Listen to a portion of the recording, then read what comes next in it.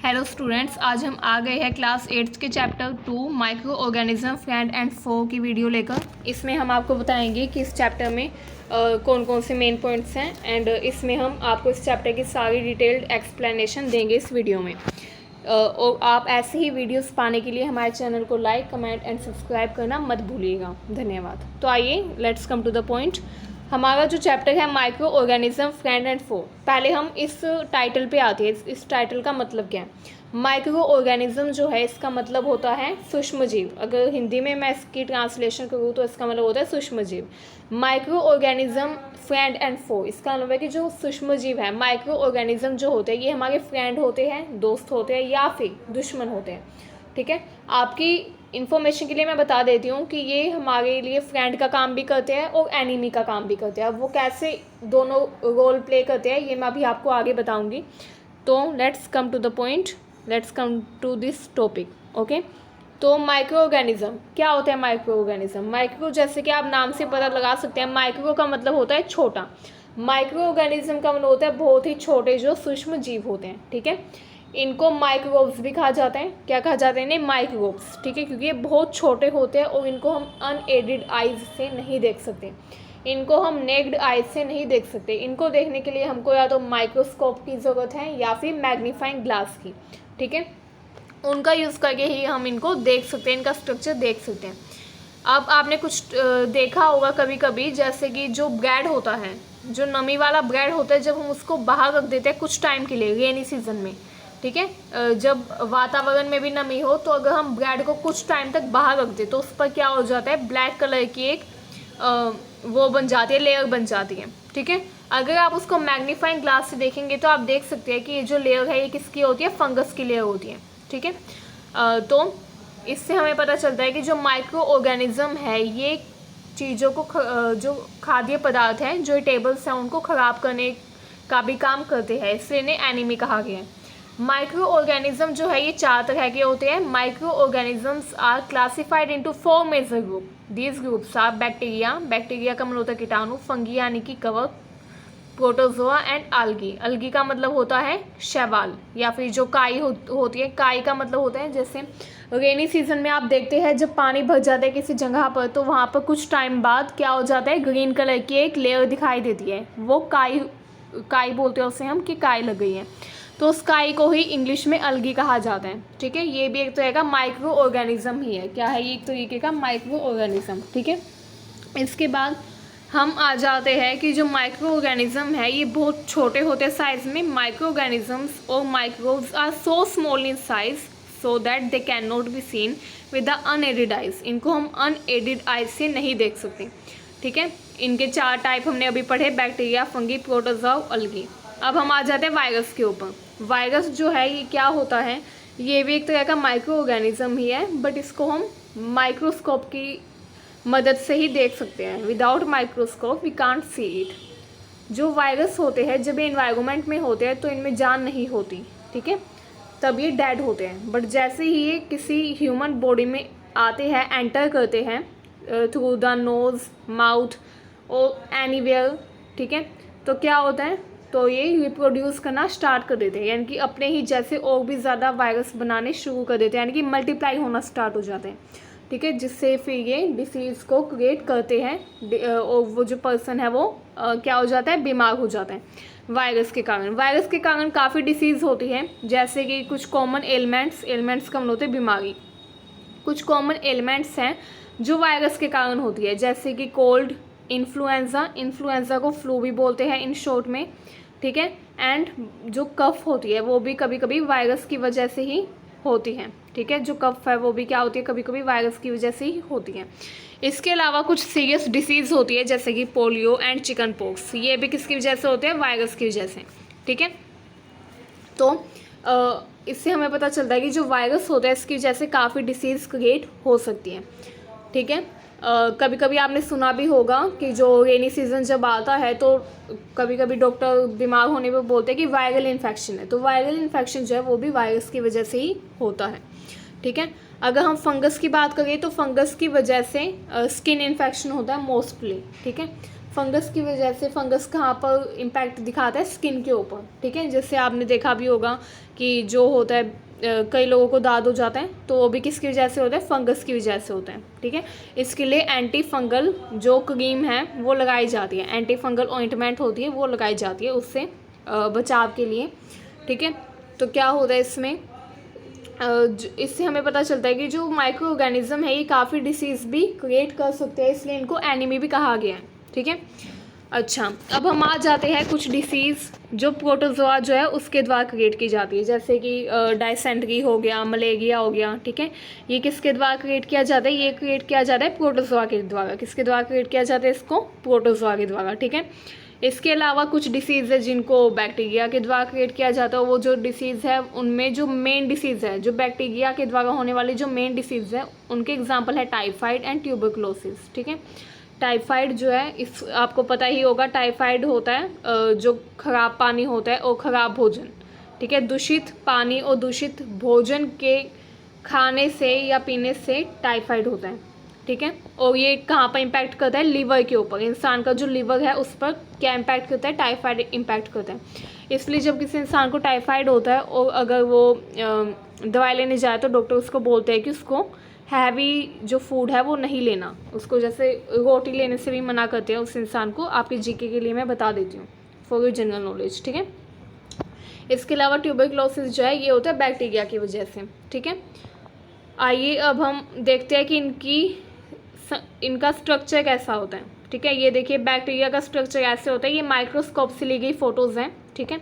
इनका स्ट्रक्चर ऐसा होता है बैक्टीरिया का। इसके अलावा ये देखिए, अब हम आते हैं अपने अगले टॉपिक पर। ये देखिए अलगी यानी कि जो शैवाल है उसका स्ट्रक्चर दिखाया गया है, क्लेमाइडोमोनस, ठीक है। एक तो ये है और एक स्पाइरोगाइरा। ये किसका एग्जाम्पल है, ये एग्जाम्पल है अलगी का। प्रोटोजोआ का एग्जाम्पल है अमीबा एंड पैरामीशियम, ठीक है, अमीबा एंड पैरामीशियम। इसके अलावा फंगी देखिए, फंगी का एग्जाम्पल 3 दे रखे इसमें, एस्परगिलिस, पेनिसिलम एंड ब्रेड मोल्ड, ठीक है। तो ये किसका एग्जाम्पल है, ये एग्जाम्पल है फंगी के। तो ये कुछ माइक्रो ऑर्गेनिजम्स के स्ट्रक्चर दिखाए गए हैं। अब ये देखिए वायरस का स्ट्रक्चर भी कितना काफ़ी देखने में भी डरावना लग रहा है वायरस का स्ट्रक्चर। एंड ये देखिए कितनी सीरियस एलिमेंट्स भी क्रिएट कर सकते हैं। सो हमको इससे बचने की काफ़ी कोशिश करनी चाहिए। और इसके अलावा आपको मैं बता देती हूँ कि किसी भी उससे जो इन्फेक्शन फैलता है, किसी भी माइक्रो ऑर्गेनिज्म से इन्फेक्शन इतनी तेज़ी से नहीं फैलता जितनी तेज़ी से किसकी वजह से फैलता है, वायरस की वजह से। जो वायरस है ये बहुत तेज़ी से इन्फेक्शन को स्प्रेड करता है, बहुत तेज़ी से ट्रांसमिशन इसका होता है। तो इसलिए कोरोना टाइम जब आया था, कोरोना वायरस में, तो कहा गया था कि मास्क लगा कर रखें। 2 मास्क लगाने के लिए भी बल्कि रिकमेंड किया गया था जो बड़े बड़े डॉक्टर्स थे उनके द्वारा, क्योंकि जो वायरस होता है ये काफ़ी ज़्यादा तेज़ी से स्प्रेड होता है, इसका ट्रांसमिशन बहुत जल्दी होता है और काफ़ी ज़्यादा लोगों तक होता है, ठीक है। अब हम आ जाते हैं फ्रेंडली माइक्रो ऑर्गेनिज्म पे। फ्रेंडली माइक्रो ऑर्गेनिजम्स कौन से होते हैं, माइक्रो ऑर्गेनिजम्स जिनका यूज़ होता है काफ़ी अच्छे पर्पस के लिए, उनको हम फ्रेंडली माइक्रो ऑर्गेनिज्म बोलते हैं। अब फ्रेंडली माइक्रो ऑर्गेनिज्म जो है इनके एग्जांपल क्या हैं, जैसे कि जो माइक्रो ऑर्गेनिज्म होते हैं इनका यूज़ होता है प्रिपरेशन के लिए। कर्ड का मतलब होता है दही, ब्रेड एंड केक। दही, ब्रेड और केक बनाने के लिए भी माइक्रो ऑर्गेनिज्म का यूज़ होता है, ठीक है। इसके अलावा इनका यूज़ अल्कोहल को बनाने के लिए भी होता है ना। तो ये फ्रेंडली भी है, ऐसी बात नहीं है कि इनसे हमें खाली परेशानियाँ ही होती हैं, नहीं, इनसे हमें कुछ फ़ायदे भी होते हैं। और इन्हीं फ़ायदों में से एक क्या है कि preparation of curd, bread, cake and alcohol, ठीक है, इन सब को बनाने के लिए। इसके अलावा ये इन्वायरमेंट को क्लीन करने का भी काम करते हैं। अब आप पूछेंगे कैसे क्लीन करते हैं, तो आपने वर्मी कंपोस्टिंग पढ़ा होगा, है ना। उसमें क्या था, जो कचरा होता है, जैसे रसोई में जो वेजिटेबल्स होते हैं उनके जो छिलके होते हैं वो, या फिर जो प्लांट डेड हो जाते हैं वो, जब हम उनको ज़मीन के अंदर दबा देते हैं, या फिर कोई कागज़, पेपर, कुछ भी एट ऑल, ठीक है, तो उसको जब हम ज़मीन के अंदर दबा देते हैं तो क्या होता है, कुछ टाइम बाद वो डिकम्पोज हो जाता है। किसके द्वारा, जो माइक्रोब्स होते हैं ज़मीन के अंदर सॉइल में, उनके द्वारा। तो जब वो डिकम्पोज हो जाता है तो वो किस में कन्वर्ट हो जाता है, मैन्योर में। तो इससे क्या हुआ, इससे ये फ़ायदा हुआ कि वो डिकम्पोज हो गए। कभी कभी मरे हुए जानवर जो है वो भी कुछ टाइम बाद अपने आप ही डिसअपेयर हो जाते हैं, है ना। तो वो कहाँ जाते हैं, उनका डीकम्पोज हो जाता है, ठीक है, क्या हो जाता है उनका डीकम्पोज, ठीक है। तो इस तरह से ये इन्वायरमेंट को क्लीन अप भी करते हैं, ठीक है, इन्वायरमेंट को क्लीन अप करते हैं। इसके अलावा अब हम आ जाते हैं कि ये सॉइल की फर्टिलिटी को भी बढ़ाते हैं बाय फिक्सिंग नाइट्रोजन।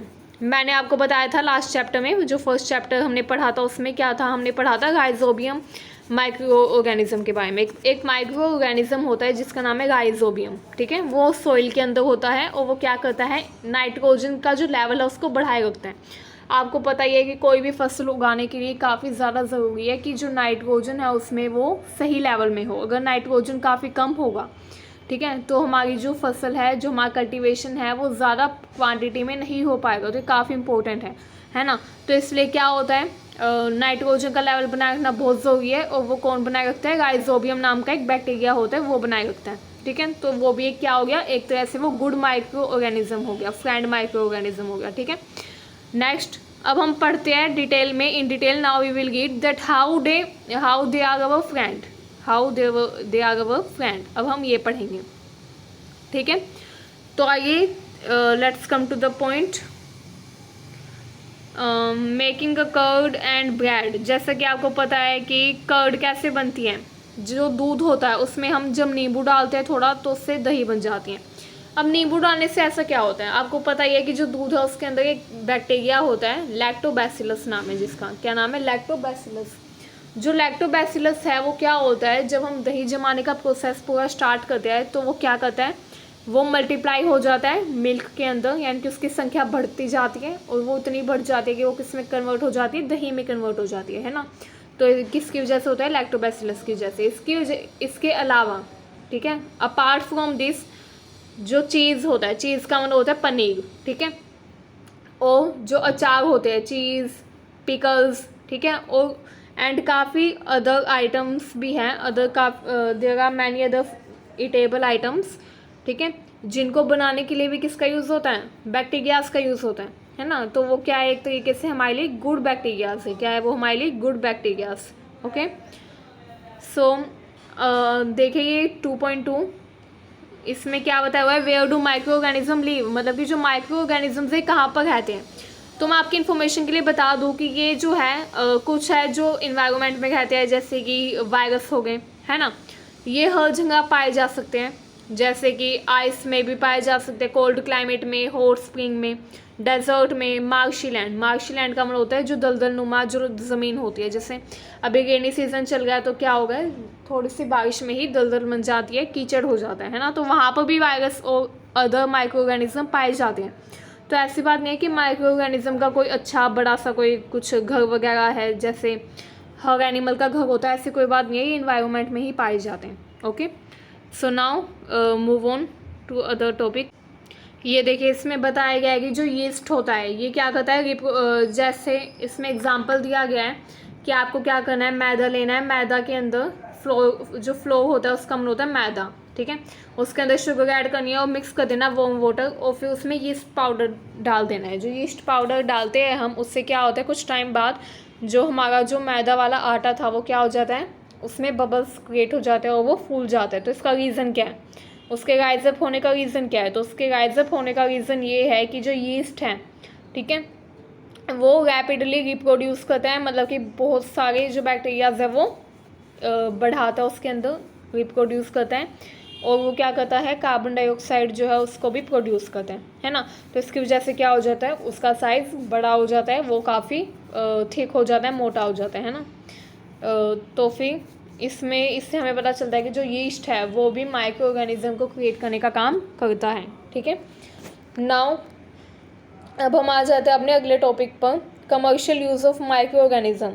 अब commercial use of micro organism यानी कि माइक्रो ऑर्गेनिज्म जो है इसका कॉमर्स में भी यूज़ होता है। कॉमर्स का मतलब होता है व्यापार में, जैसे कि अल्कोहल होती है, अल्कोहल, वाइन, है ना, इसको कैसे बनाया जाता है, इसको बनाया जाता है माइक्रो ऑर्गेनिज्म का यूज़ करके, ठीक है। माइक्रो ऑर्गेनिज्म का कैसे यूज़ करते हैं, वही यीस्ट का यूज़ करते हैं, जो यीस्ट पाउडर होता है उसको मिक्स कर दिया जाता है नेचुरल शुगर के साथ। नेचुरल शुगर का मतलब होता है जो ओरिजिनली जो नेचुरली जो मीठा होता है टेस्ट में, जैसे कि जो फ्रूट का जूस होता है वो, है ना। इसके अलावा कुछ वो होते हैं जैसे गेहूँ, है ना, चावल, इनमें नेचुरली थोड़ी बहुत मिठास होती है। तो इनकी जो मिठास होती है उसका यूज़ किया जाता है किसके लिए, इसका यूज़ किया जाता है अल्कोहल के प्रोडक्शन के लिए, ठीक है। तो इस तरह से इसका यूज़ होता है, कमर्शियल यूज़, ठीक है। अब हम आ जाते हैं फर्मेंटेशन। फर्मेंटेशन देखिए क्या होता है। फर्मेंटेशन जो है एक प्रोसेस होता है। इसमें क्या होता है, जो अल्कोहल होती है, ठीक है, वो कैसे बनती है, जैसे जो शुगर है वो कन्वर्ट हो जाता है। अभी हमने पढ़ा कि नेचुरल शुगर जो होता है उसमें यीस्ट को मिक्स कर देते हैं, तो कुछ टाइम बाद अल्कोहल जैसे उसकी स्मेल कन्वर्ट हो जाती है। तो इसका रीज़न क्या है, अब ये जो प्रोसेस होता है पूरा अल्कोहल बनने का, आ सकता है एग्जाम में, that what is fermentation, then you will write that process of creating or process of producing alcohol is known as fermentation. इसमें बट आपको ये भी लिखना होगा कि इसमें क्या होता है, जो अल्कोहल जो शुगर होता है वो कन्वर्ट हो जाता है अल्कोहल में बाय यीस्ट, यीस्ट के यूज़ से, ठीक है। जब हम यीस्ट का यूज़ करते हैं, यीस्ट को मिक्स करते हैं शुगर में, तो वो किस में कन्वर्ट हो जाता है, अल्कोहल में कन्वर्ट हो जाता है, ठीक है। और ये जो प्रोसेस होता है शुगर के कन्वर्जन का, इसको ही फर्मेंटेशन बोलते हैं। क्या बोलते हैं इसको, फर्मेंटेशन, ओके। क्या बोलते हैं इसको, फर्मेंटेशन बोलते हैं, दैट्स इट। नाउ इसको डिस्कवर किसने किया था फर्मेंटेशन को, लुइस पास्चर ने। लुइस पास्चर नाम के एक साइंटिस्ट थे, उन्होंने इसको डिस्कवर किया। अब हम देखते हैं medicinal use of micro organism. जो माइक्रो ऑर्गेनिज्म होते हैं इनका मेडिसिन में भी यूज़ होता है। कैसे इनका यूज़ होता है, अब हमें पता है कि क्या होता है, जो ये जो माइक्रो ऑर्गेनिज्म होते हैं ये डिसीज़ क्रिएट करते हैं, है ना। काफ़ी डिसीज़ इनकी वजह से हो सकती हैं, बट इनकी वजह से काफ़ी मेडिसिन भी बनती है। वो कैसी मेडिसिन होती है ये पढ़ते हैं हम, ठीक है। जैसे कि आपने सुना होगा एंटीबायोटिक दवाई होती है, ठीक है, एंटीबायोटिक मेडिसिन। एंटीबायोटिक मेडिसिन वो मेडिसिन होती है जो बैक्टीरियाज को किल करती है, जो हार्मफुल, जो डिसीज़ क्रिएट करने वाले जो बैक्टीरियाज होते हैं ना, उनको हमारी बॉडी में किल करती है और उनकी ग्रोथ को रोक देती है। उनको एंटीबायोटिक कहा जाता है। क्या कहा जाता है उनको, एंटीबायोटिक कहा जाता है, ठीक है। एंटीबायोटिक टैबलेट के रूप में भी होती है, कैप्सूल के रूप में भी और इंजेक्शन के रूप में भी, ठीक है। तो इसमें क्या होता है, ये एक तरह की मेडिसिन है जिसका यूज़ उन डिसीज़ को प्रिवेंट करने के लिए किया जाता है जो बैक्टीरियाज की वजह से होती है, ठीक है, उनमें इसका यूज़ किया जाता है। एंटीबायोटिक जो है इसके कुछ एग्जांपल है, जैसे पेनिसिलिन हो गया, इसके अलावा स्ट्रेप्टोमाइसिन, टेट्रासाइक्लिन एंड एरिथ्रोमाइसिन। ये किसके एग्जांपल है, ये एग्जांपल है एंटीबायोटिक्स के, ठीक है। नाउ हम आ जाते हैं कि जो एंटीबायोटिक्स हैं, पेनिसिलिन एंटीबायोटिक किसने बनाई, है ना। इसका आपको जनरल नॉलेज के लिए आपको पता होना चाहिए कि जो पेनिसिलिन जो एंटीबायोटिक थी बैक्टीरियाज को किल करने के लिए, उसकी डिस्कवरी की थी अलेक्जेंडर फ्लेमिंग ने। किसने की थी, अलेक्जेंडर फ्लेमिंग ने। वो वर्क कर रहे थे डिसीज़ के ऊपर कि जो डिसीज़ है जो बैक्टीरियाज की वजह से क्रिएट होती है, और फिर उन्होंने किसकी डिस्कवरी की, फिर उन्होंने डिस्कवरी की पेनिसिलिन एंटीबायोटिक की, ठीक है। और ये काफ़ी आज के टाइम में काफ़ी प्रीवेलेंट है ये एंटीबायोटिक जो है पेनिसिलिन, ये, ठीक है, इसका यूज़ किया जाता है इसमें। So now let's come to another topic. अब देखिए एंटीबायोटिक का यूज़ किया जाता है उन बीमारियों को ठीक करने के लिए जो बैक्टीरियाज की वजह से होती हैं, बट वो डिसीज़ जो क्रिएट होती है वायरस की वजह से, फंगी की वजह से या अलगी की वजह से, उनके लिए हम एंटीबायोटिक दवाइयों का यूज़ अगर करेंगे तो हमें कोई भी बेनिफिट नहीं होने वाला। ये सिर्फ बैक्टीरियाज को ही किल करती हैं, ठीक है। ये आपकी इन्फॉर्मेशन के लिए मैं बता दूं कि अगर आपको कोई वायरल डिसीज़ हो, वायरल फीवर हो, तो आप एंटीबायोटिक का यूज़ मत करिएगा, क्योंकि इससे आपको नुकसान हो सकता है इवन फ़ायदे की बजाय, ठीक है। फ़ायदे की बजाय आपको क्या हो सकता है, इससे नुकसान हो सकता है। अब इसमें देखिए बताया भी गया है कि एंटीबायोटिक जो है इसकी वजह से काफ़ी हमें प्रॉब्लम्स देखने को मिल सकती है अगर हम अननेसेसरीली एंटीबायोटिक का यूज़ करते हैं। जैसे कि अगर कोई पर्सन है उसको एंटीबायोटिक की नीड नहीं है, या फिर अगर उसको नीड है फिर वो ओवरडोज ले लें, या फिर विदाउट एनी नीड वो एंटीबायोटिक लेता है, तो इससे उसकी बॉडी में जो बेनिफिशियल बैक्टीरिया है, उसकी बॉडी में जो फ्रेंड बैक्टीरियाज होते हैं वो भी मर जाते हैं, तो उसको काफ़ी हेल्थ कॉम्प्लिकेशंस देखने को मिल सकते हैं। इसके अलावा जो कोल्ड और फ्लू जैसी डिसीज़ है, कोल्ड, फ्लू, कफ, है ना, जो किसकी वजह से होती है, जो होती है वायरस की वजह से, अगर हम उनमें एंटीबायोटिक्स का यूज़ करते हैं तो हमें कोई ख़ास फ़ायदा नहीं होने वाला, बल्कि इसका नुकसान ही हमें फेस करना पड़ सकता है, ठीक है।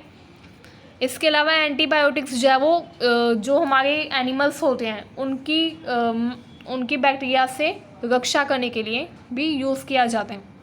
जैसे कि जो मुर्गियां हैं या फिर जो दूसरे जानवर हैं उनके अंदर जो माइक्रोबायल इन्फेक्शन होता है, मतलब कि जो बैक्टीरियाज की वजह से उनको जो इन्फेक्शन होता है उसको ठीक करने के लिए भी क्या किया जाता है, एंटीबायोटिक्स का यूज़ किया जाता है। उनका जो खाना है उसमें एंटीबायोटिक मेडिसिन को मिलाकर उन्हें वो खाना खिला दिया जाता है, जिससे उनको माइक्रोबायल यानी कि बैक्टीरियाज वाली डिसीज़ नहीं होती।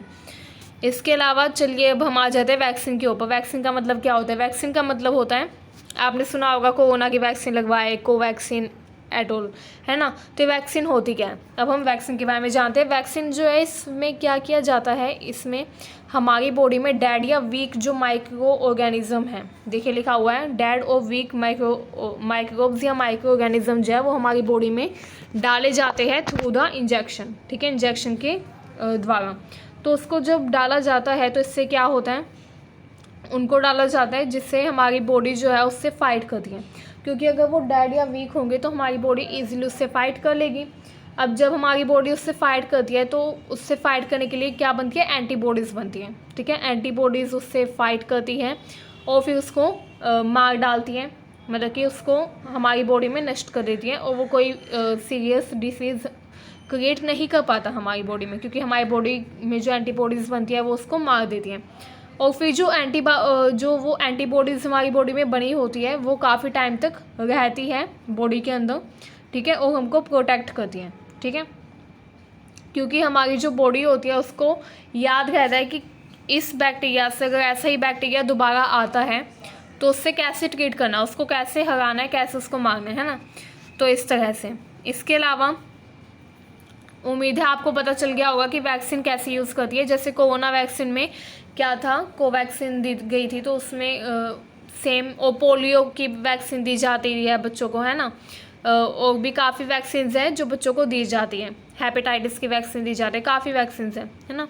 तो वैक्सीन में क्या होता है, उसी के जैसा एक डेड और वीक बैक्टीरिया या वायरस जो भी हैं, वायरस बैक्टीरिया जो भी हैं, वो हमारी बॉडी में डाला जाता है, जिससे हमारी बॉडी उससे लड़ने के लिए एंटीबॉडीज़ बनाती है। और वो जो एंटीबॉडीज़ हैं वो हमेशा के लिए हमारी बॉडी की उसी वायरस से या उसी बैक्टीरिया से क्या करती है, रक्षा करती है, हमें सेफ गार्ड करती है उससे, ठीक है।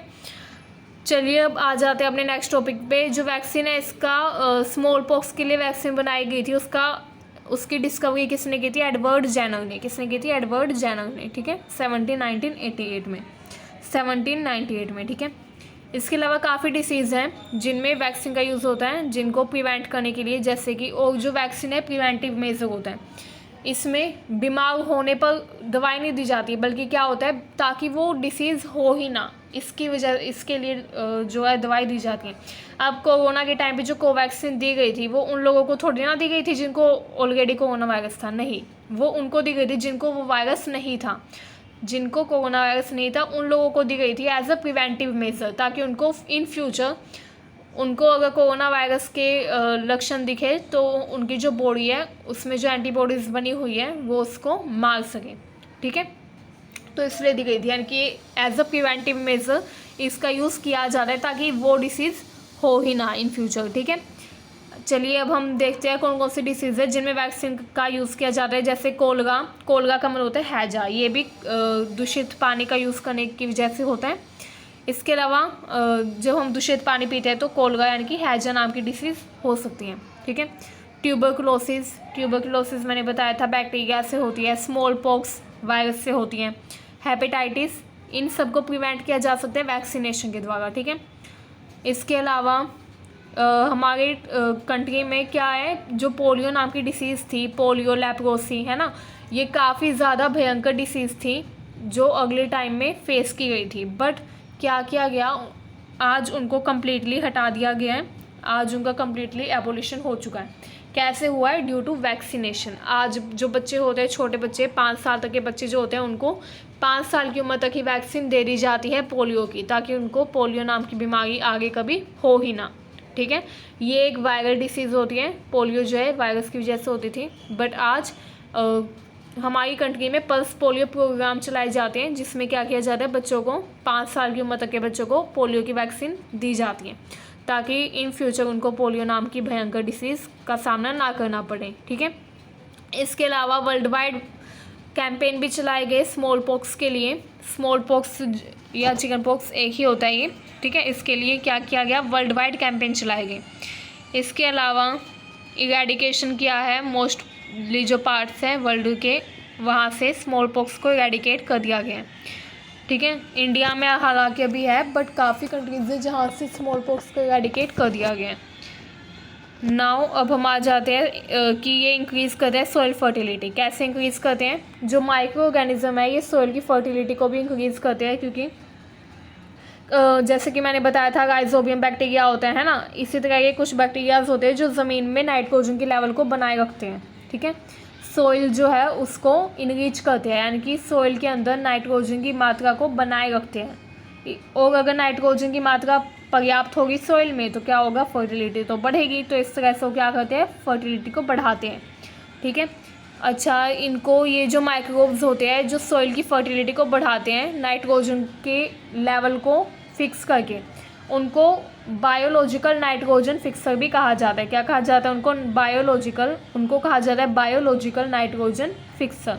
ठीक है, अब आ गया क्लीनिंग इन्वायरमेंट। इन्वायरमेंट को कैसे क्लीन करता है, मैंने बताया था आपको कि जो प्लांट्स होते हैं, प्लांट के वेस्ट या फिर वेजिटेबल वेस्ट, फ्रूट्स, ठीक है, इनके जो छिलके होते हैं उनको जब हम ज़मीन के अंदर दबा देते हैं तो कुछ टाइम बाद जो माइक्रो ऑर्गेनिज्म होते हैं वो उनको किस में कन्वर्ट कर देते हैं, उनको डिकम्पोज कर देते हैं, और डिकम्पोज करके उनको कन्वर्ट कर देते हैं मैन्योर में, और फिर उस मैन्योर का यूज़ पौधों में किया जाता है। पौधों में एज अ खाद के रूप में उसका यूज़ किया जाता है, जिससे जो पौधे होते हैं उनकी ग्रोथ जो है वो बढ़ जाती है ना। फसल में भी इसका यूज़ किया जाता है, तो इस तरह से। ठीक है,